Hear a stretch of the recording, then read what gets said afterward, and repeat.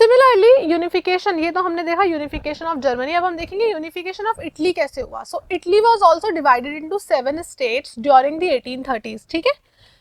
गुजिप मजीनी formed a secret society called the Young Italy. We have seen this earlier. The failure of revolutionary uprisings both in 1831 and 1848 meant that the mantle now fell on Sardinia, Piedmont under its ruler King Victor Emmanuel II to unify the Italian states through war. अब हम क्या करेंगे, Italy जो था वो 7 states के अंदर divide था, तो गुजिप मजीनी ने एक सीक्रेट सोसाइटी बनाई थी यंग इटली, है ना.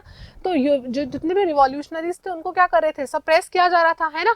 तो अब क्या होगा, अब एक नया रूलर था जो विक्टर इमैनुअल सेकेंड, तो उसने क्या सोचा कि इन सबको हम यूनिफाई करेंगे through the war. War is the solution to unify Italy.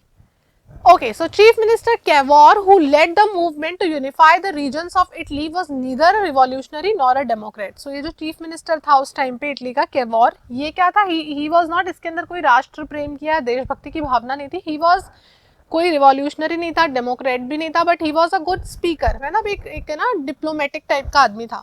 So through a tactful diplomatic alliance with France, engineered by Cavour, Sardinia, Piedmont succeeded in defeating the Austrian forces in 1859. 1859 में उसने क्या किया, Austria के forces को हरा दिया war करके. Apart from regular troops, a large number of armed volunteers under the leadership of Giuseppe Garibaldi joined the fray. अब ये एक लोकल लीडर था, इसकी हेल्प से इसने क्या किया, इनके पास खुद की आर्मी तो थी लेकिन इन्होंने एक गुजिप ये करके, गारिबाल्दी एक लोकल डॉन था एक्चुअली, काइंड ऑफ माफिया, तो उसकी हेल्प से भी इन्होंने क्या किया, इस आर्मी को, ऑस्ट्रिया की आर्मी को हराया. In 1860 they marched into South Italy and the kingdom of Two Sicilies and succeeded in winning the support of the local peasants in order to drive out the Spanish rulers. Spanish rulers को भी फिर इन्होंने south Italy से निकाल दिया local pageants की मदद से.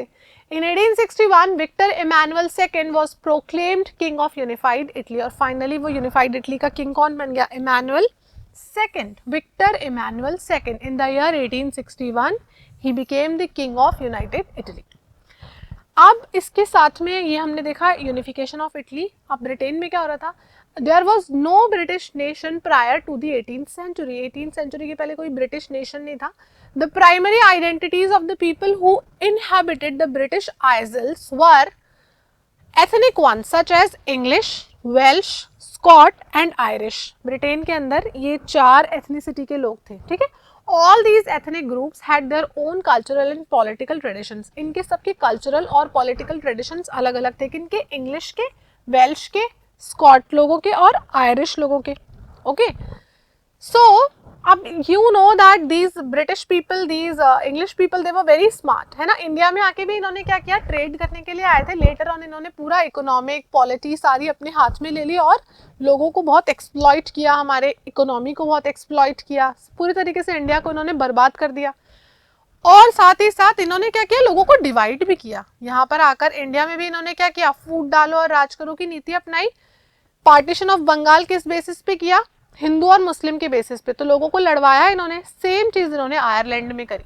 सो the English parliament had seized power from the monarchy in 1688. The act of union between England and Scotland had resulted in the formation of UK of Great Britain. अब क्या किया इन्होंने, एक एक्ट ऑफ यूनियन निकाला, ठीक है. The act of union जो कि 1707 में इन्होंने पास किया. किस किस के बीच में साइन हुआ, इंग्लैंड और स्कॉटलैंड के लोगों में, ठीक है. meant in effect that England was able to impose its influence on Scotland. The British Parliament was henceforth dominated by its English members. अब इसका क्या मतलब है कि एक्ट ऑफ यूनियन के अंदर इन्होंने क्या किया, एक्ट ऑफ यूनियन के अंदर जो कि 1707 में साइन हुआ था, ये जो इंग्लैंड था इसने स्कॉटलैंड के लोगों को क्या बोला कि भाई तुम हमारे साथ आके एक अपन लोग मिलके साथ में क्या करते हैं, एक नेशन बना लेते हैं, ठीक रहेगा. तो स्कॉटलैंड के लोग बेचारे सीधे थे, उन्होंने कहा ओके ठीक है कर लेते हैं ऐसा. तो जैसे ही स्कॉटलैंड ने ये एक्ट ऑफ यूनियन साइन किया तो क्या हुआ, इंग्लिश लोगों ने इन पे पूरा अपना कंट्रोल स्थापित कर लिया. मतलब इनको इनकी लैंग्वेज नहीं बोलने दे रहे थे, इनको इनके ट्रेडिशन फॉलो नहीं करने दिए जा रहे थे. एक्ट ऑफ यूनियन साइन होने के बाद जब ये मर्ज हो गया तब, और जो ब्रिटिश पार्लियामेंट थी उसके अंदर भी मेजॉरिटी किसकी थी, सबसे ज्यादा कौन थे, इंग्लिश मेंबर्स ही थे. तो इन बेचारों की वहां भी नहीं चलती थी. The growth of a British identity meant that Scotland's distinctive culture and political institutions were systematically suppressed. Okay, तो इनका जो culture था और इनकी जो political institutions थे उनको इन्होंने क्या किया, suppress कर दिया. The Catholic clans that inhabited the Scottish Highlands suffered terrible repression whenever they attempted to assert their independence. अब जब भी जो कैथोलिक लोग थे, क्रिश्चियन के अंदर दो होते हैं, कैथोलिक और प्रोटेस्टेंट, है ना, तो कैथोलिक जो लोग थे उन्होंने जब भी, स्कॉटिश कैथोलिक, उन्होंने जब भी कोशिश करी इनके खिलाफ रिवोल्ट करने की, इंग्लैंड के खिलाफ, तो उनको बहुत ब्रूटली क्या किया जाता था, सप्रेस किया जाता था. Okay, The Scottish Highlanders were forbidden to speak their Gaelic language or wear their national dress. तो अब जो स्कॉटलैंड के लोग थे, जब वो मर्ज हो गए इंग्लैंड के साथ में एक्ट ऑफ यूनियन साइन करने के बाद में, तो उनको उनकी लैंग्वेज बोलने नहीं दी जाती थी और उनको उनकी नेशनल ड्रेस पहनने से भी मना किया जाता था. Similarly, they have done with Ireland. Ireland suffered a similar fate. It was a country deeply divided between Catholics and Protestants. Now, in Christianity के अंदर दो, जैसे मुस्लिम्स के अंदर होते हैं शिया और सुन्नी, है ना, अहमदिया, बहुत सारे अलग अलग है. उसी तरीके से क्रिश्चियंस के अंदर क्या है, कैथोलिक्स और प्रोटेस्टेंट्स. जैनियों के अंदर भी क्या होते हैं, दिगंबर अलग होते हैं, श्वेतांबर अलग होते हैं. तो अलग अलग रिलीजन्स का अलग अलग सिस्टम है. तो क्रिश्चियनिटी में भी दो है, कैथोलिक है और प्रोटेस्टेंट है. ठीक है, तो आयरलैंड के अंदर कैथोलिक और प्रोटेस्टेंट्स जो थे वो एक दूसरे को बिल्कुल पसंद नहीं करते थे. तो the English helped the Protestants of Ireland to establish their dominance over a largely Catholic country. तो जो इंग्लिश थे वो स्मार्ट तो थे ही, फूट डालो और राज करो की नीति उनको आती थी. तो उन्होंने क्या किया कि प्रोटेस्टेंट्स जो थे उनको बोला कि अब हम क्या करेंगे, जो कैथोलिक कंट्री है ना उस पर तुम्हारा डोमिनेंस ला देंगे, तो यू बी विद अस. तो उन्होंने एक रिवोल्ट करवा दिया. तो Catholic revolts against British dominance were suppressed, है ना. तो जो कैथोलिक लोग थे बेचारे वो भी रिवोल्ट करते, क्यों, हमें क्यों सप्रेस कर रहे हो. तो जो कैथोलिक लोगों ने रिवोल्ट किया प्रोटेस्टेंट्स के खिलाफ, तो उसको ब्रिटिश लोगों ने आके क्या कर दिया, सप्रेस कर दिया. After a failed revolt led by Wolfe Tone and his United Irishmen in the year 1798, Ireland was forcibly incorporated into the United Kingdom in 1801. तो फाइनली इन्होंने आयरलैंड को भी 1801 में यूनाइटेड किंगडम के अंदर इंक्लूड कर लिया. तो अब ये क्या बन गया, यूनाइटेड किंगडम. इन सबको मिला के इंग्लैंड, स्कॉटलैंड, वेल्स और ये आयरलैंड. ठीक है, so these were the British. So, a new British nation was forged through the propagation of a dominant English culture. The symbols of the new Britain. अब इन्होंने अपना खुद का फ्लैग लिया है, the British flag, Union Jack, the national anthem, God Save Our Noble King. इन्होंने खुद का national anthem निकाल दिया. The English language was actively promoted, and the older nations survived only as subordinate partners in this union. तो जिनको इन्होंने merge किया था अपने साथ वो बेचारे कहने के लिए ही थे, kind of subordinate partner ही बनकर रह गए, लेकिन dominance किसका था, इंग्लैंड का. इंग्लिश लैंग्वेज ही बोलो, राइट. तो ये खुद को ही प्रमोट कर रहे थे, एक तरह से खुद का डोमिनेंस रख रहे थे और बाकी सबको क्या कर रहे थे, सप्रेस कर रहे थे. Artist in the 18th and 19th centuries found a way out by personifying a nation. अब ये क्या है, personifying a nation, नेशंस को पर्सोनिफाई किया, राइट, कि उससे क्या होगा, लोग कनेक्टेड फील करेंगे. जैसे हम क्या बोलते हैं, भारत माता, राइट, लोग क्या करते हैं, कनेक्ट करते हैं. हम सब बोलते हैं ना भारत माता की जय. स्कूल्स में भी क्या होता है, फंक्शन होते हैं तो एक किसी बच्चे को भारत माता बना देते हैं, है ना, उनको ट्राई कलर का साड़ी बना देते हैं, क्राउन रखते हैं, हाथ में फ्लैग देते हैं, राइट. तो वो क्या है, पर्सोनिफाइंग ऑफ नेशन. ठीक है, सो नेशन को उन्होंने क्या किया, they portrait nation as a female figure.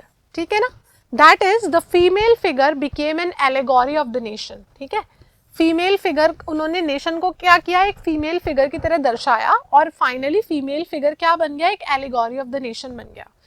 During the French revolution भी इन्होंने यही किया था. तो during the French Revolution to portray ideas such as liberty, justice and the republic, these ideals were represented through specific objects और symbols. हमने French revolution में देखा था, जैसे ब्रोकन चेन, है ना, बहुत सारे सिंबल्स थे फ्रेंच रिवॉल्यूशन के टाइम पे, वो रिप्रेजेंट करते थे, जिन्होंने नेशन बिल्डिंग में बहुत सारा सहयोग दिया था, है ना.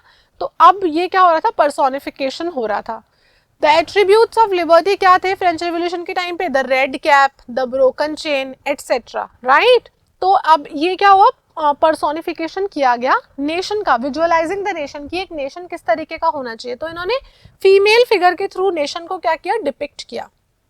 सी in the picture you can see Similar female allegories were invented by artists in the 19th century to represent the nation. 19th centuries में इन artists ने क्या किया, इस तरीके के female allegories बनाए.